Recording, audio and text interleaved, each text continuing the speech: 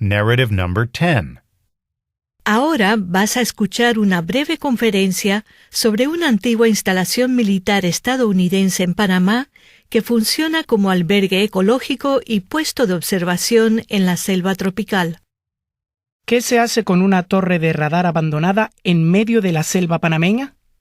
Para el empresario conservacionista y ávido observador de pájaros Raúl Arias de Para, la respuesta era simple: convertirla en un singular albergue ecológico y puesto de observación de la cubierta de la selva tropical.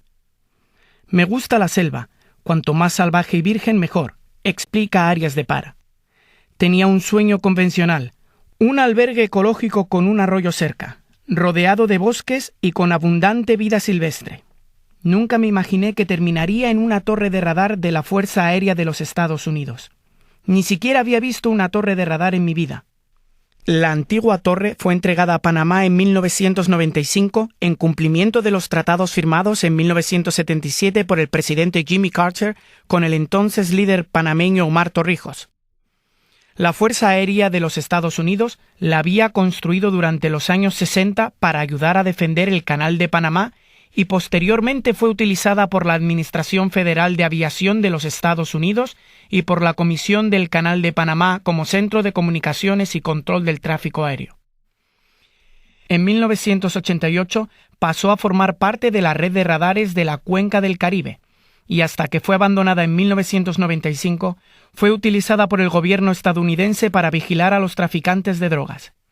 Hoy se denomina Canopy Tower y es un cilindro de 15 metros de altura, de brillantes colores amarillo y aguamarina, situado en la cima del Cerro Semáforo, que se eleva a 275 metros sobre el Parque Nacional Soberanía, una reserva natural de 22.104 hectáreas que bordea el canal. El nombre del cerro deriva de los enormes semáforos con los que se ayudaba a los buques a atravesar el canal. El parque, que formaba parte de la zona del canal administrada por los Estados Unidos, es la reserva de vida silvestre más accesible de Panamá. Además de proteger la cuenca del canal, la zona está habitada por cientos de especies de aves, mamíferos y reptiles. Arias de Para considera que los bosques húmedos situados cerca del canal son únicos en el mundo. En ninguna parte del planeta es posible pasar a través de una carretera bien pavimentada de una ciudad moderna a una selva virgen en menos de 30 minutos, dice. También hay un aspecto histórico muy interesante. Cerca del albergue está el Camino de Cruces, a lo largo del cual hace 400 años miles de mulas transportaban el tesoro de los incas a través del Istmo de Panamá en su viaje a España. Todavía pueden verse partes del pavimento de piedra. Luego, durante la fiebre del oro de California, los buscadores atravesaron este mismo sendero en su camino a San Francisco desde la costa este de los Estados Unidos. Antes de llegar a un acuerdo sobre la torre, el sueño de Arias de Para de construir un albergue ecológico en la selva lo había llevado a otros 2 lugares situados en terrenos del gobierno. Pero sus propuestas habían sido rechazadas por las autoridades. Estaba considerando abandonar la idea cuando conoció a un empleado de la Comisión del Canal que le contó sobre la torre abandonada. Visitó la antigua estructura y se enamoró de ella. Inmediatamente me gustó el lugar. No sabía qué iba a hacer con ella, pero me gustó desde un primer momento. Fue un verdadero amor a primera vista. Pero primero tuvo que convencer a las autoridades de que su proyecto sería favorable y no perjudicaría al medio ambiente. Se trataba simplemente de convertir una instalación militar existente en una operación civil, explica Arias de Para. Sin embargo, los funcionarios se mostraron reacios a permitir la presencia de un albergue dentro de los límites del parque. Tuve que realizar un gran trabajo de persuasión para demostrar que mi proyecto no era contrario a la conservación. Finalmente, sus esfuerzos rindieron fruto. Después de 2 años de negociaciones, en 1997, Arias de Para firmó una concesión a largo plazo que le permitía llevar a cabo actividades de ecoturismo y observación de la copa de los árboles en la torre y las 14 hectáreas de bosques tropicales que la rodean. Se necesitó otro año para renovar el edificio. Mirando hacia atrás, Arias de Para dice que, aparte de lidiar con la burocracia estatal, el principal problema que ha encontrado ha sido hallar un adecuado suministro de agua para el albergue ecológico. La Fuerza Aérea llevaba el agua con camiones y recogía agua de lluvia en el techo de la torre para uso de su reducido personal.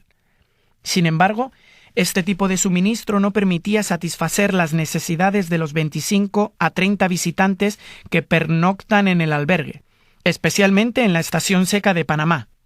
Arias de Para tenía dos alternativas: utilizar la tubería principal de agua que va a Gamboa, que pasa a 1.5 kilómetros de la torre, o excavar un pozo.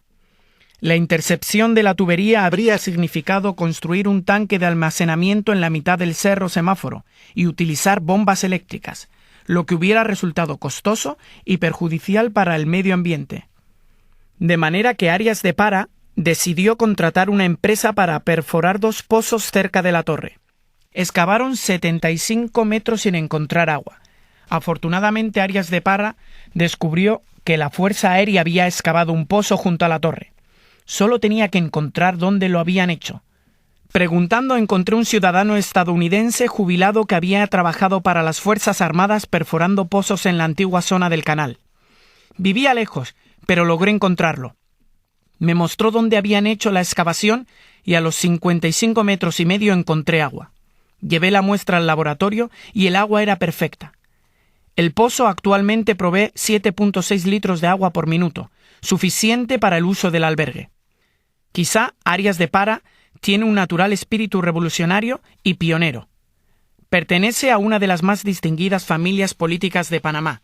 Su abuelo, Tomás Arias, fue uno de los fundadores de la República e integró el triunvirato que gobernó al país después de la independencia de Colombia en 1903.